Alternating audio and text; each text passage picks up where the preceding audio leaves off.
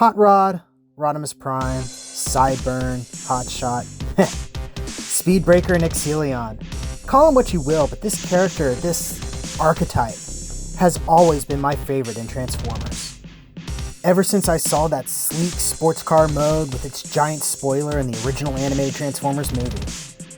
And yes, I know I'm somewhat in the minority here, but I love this turbo-revving young punk. And as you can see, I have quite a few of them. So I thought it'd be fun to review these guys for you in chronological order. And we're starting with this guy here. From 1986, we have Rodimus Prime. Hello everyone, welcome to Shelf Space. I'm your host, Rodimus13, and today is the first review in my Rodimus review series. Now, in my little intro thing, I said this is Rodimus Prime circa 1986, and that's a little bit of a fib there.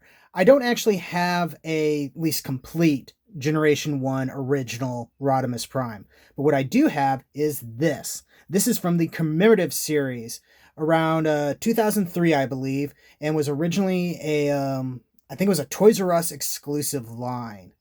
And basically what they did is they had reissued a bunch of Generation 1 Transformers. A lot of them were ones that were being reissued in Japan, so they were just taking those same molds, putting them in new packaging for North America and other places, and calling it a day. But that is how I was able to get my complete Generation 1 Rodimus Prime. I actually kind of remember when I got this too. I was hanging out with one of my good friends in high school. We were, I think, spending the night or something like that.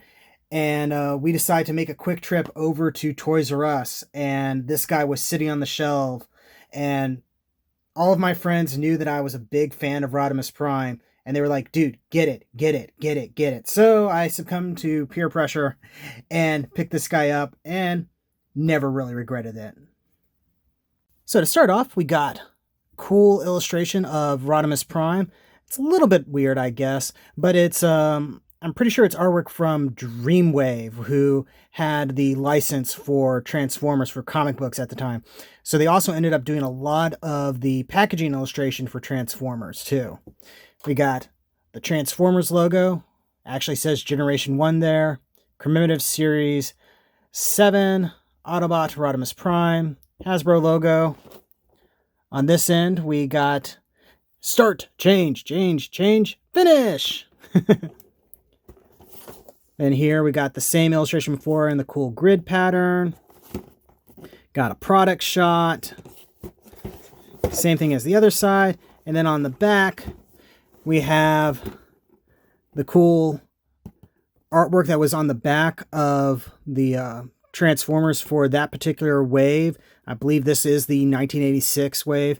So you got Hot Rod there, Silverbolt, looks like Springer, Ultra Magnus, Blur. Pretty sure that's Broadside. Got some of the aerial bots, the Predacons, Metroplex, obviously, Trypticon up there. And I think there's some more that get cut off by the cropping. And then up here we have a little bio for Rodimus Prime, as well as his tech specs. Oddly enough, his speed is not 10, but 9. And his firepower is at 8. But real cool seeing tech specs on an actual Transformer packaging. You don't really see that anymore. Now, what makes this box pretty cool, and one of the reasons I made sure to hold onto it, is it opens up like this. So you got some product shots for other lines, including one that you already got, and a cry to collect them all. Don't tell me what to do. Because, I didn't, and this is an old line and it's expensive to get nowadays. And then we have Rodimus Prime in his vehicle mode with his accessories and a nice little clear packaging thing. And it's pretty cool looking, and mine's managed to stay in relatively good shape. So let's go ahead, get him out, and take a look at him. And here he is in vehicle mode. Always found his vehicle mode to be kind of interesting.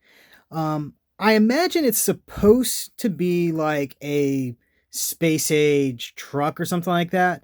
But most people have latched on to calling it a space Winnebago, and I can't argue with that too much, especially since when I think it was the first Masterpiece Rodimus Prime came out, the people behind Takara Tomy actually came out and said that they pictured him being a space RV, which that's a little weird, but you know what? I'm going to go with it. So in this mode, we have the colors are set up as this maroon, or brick red, orange, bits of yellow, chrome silver, black for the wheels, and then we have these sort of yellow and orange details on the side with the flames. And I have to admit, this is one of the parts that I really like. I just think it looks so cool. I kind of wish there wasn't a little hole here, but I can understand why it's like that. And something to note on this is, unlike the Generation 1 version I do have, the one that's actually is vintage, this one has rubber tires.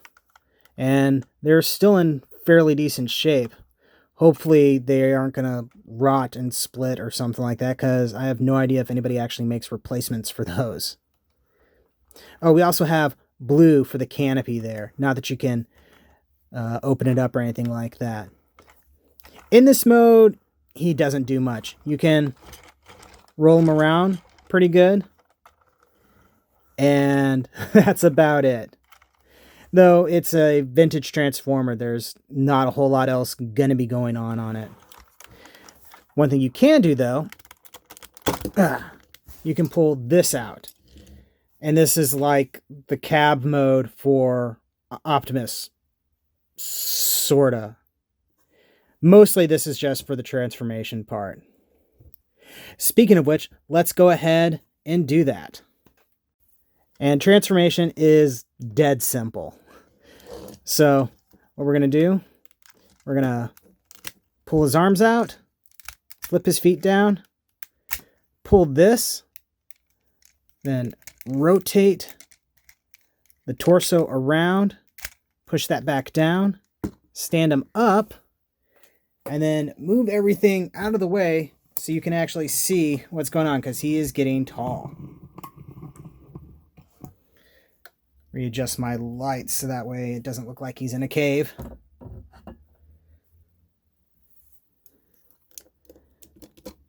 Flip his head up. Flip this around. And there we are.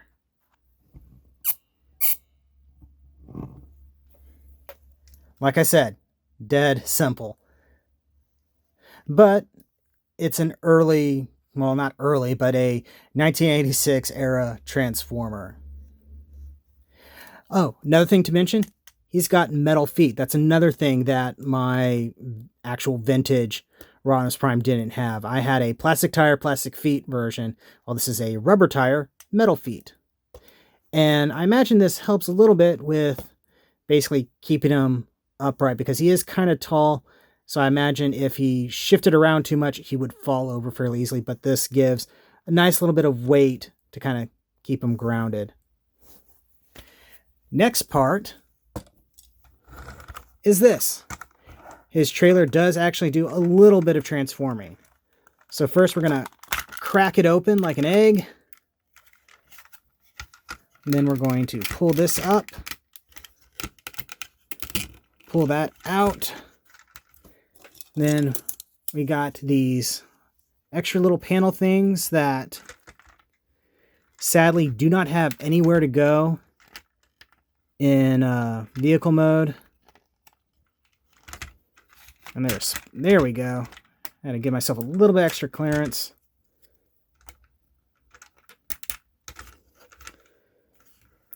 And there's that. And we also have his rifle. So we'll just pop that in here. I said pop that in here. There we go. And if you want, you can put him on here like he is firing things. That is a thing you can do. So yeah, Not as cool as a G1 Optimus Prime. I will totally give you that. Optimus Prime's trailer has a lot more features to it, and a lot of its components can actually store inside of it, while this one, you can't. The little panels in the gun actually have to go somewhere else. That's actually one of the reasons I did hold on to the box, was so that way I could keep them in there and keep them safe and not like hidden away somewhere. I just realized I think I have this thing backwards or something. There we go.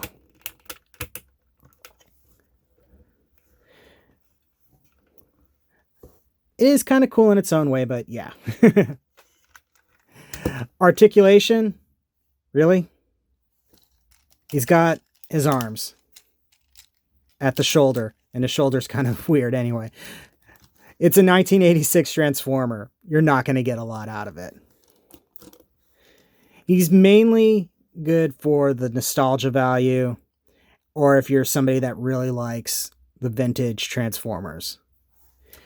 But yeah, he doesn't even have knee articulation or anything like that. What's weird is it looks like maybe they had designed him with it in mind at one point and then dropped it for whatever reason. Because really, if you look at it, there's no reason for him to not have it. Because there were plenty of vintage Transformers that did have knee articulation, even if like the leg couldn't fully go up. But whatever.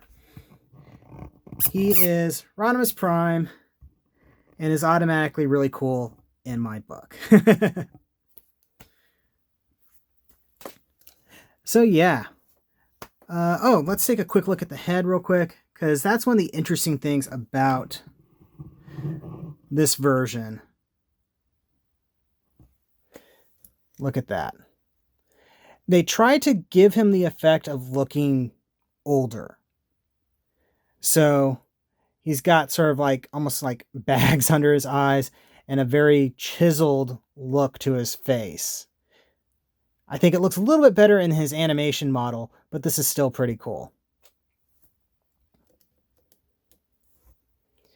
I do have his stickers on him, which add some weird details that weren't in the animation model, but that's kind of par for the course with Generation 1 Transformers. Particularly the ones from the 86 line. They like to throw in a whole bunch of extra tech detail that wasn't really there. So, yeah. That's been a review, a Rodimus review. Thank you very much for watching. Don't forget to like, comment, subscribe, all that fun YouTube stuff. Check the description below for links to my storefront where you can get official shelf space t-shirts and more. And yeah, thank you very much for watching, and I'll see you the next time you invade my shelf space.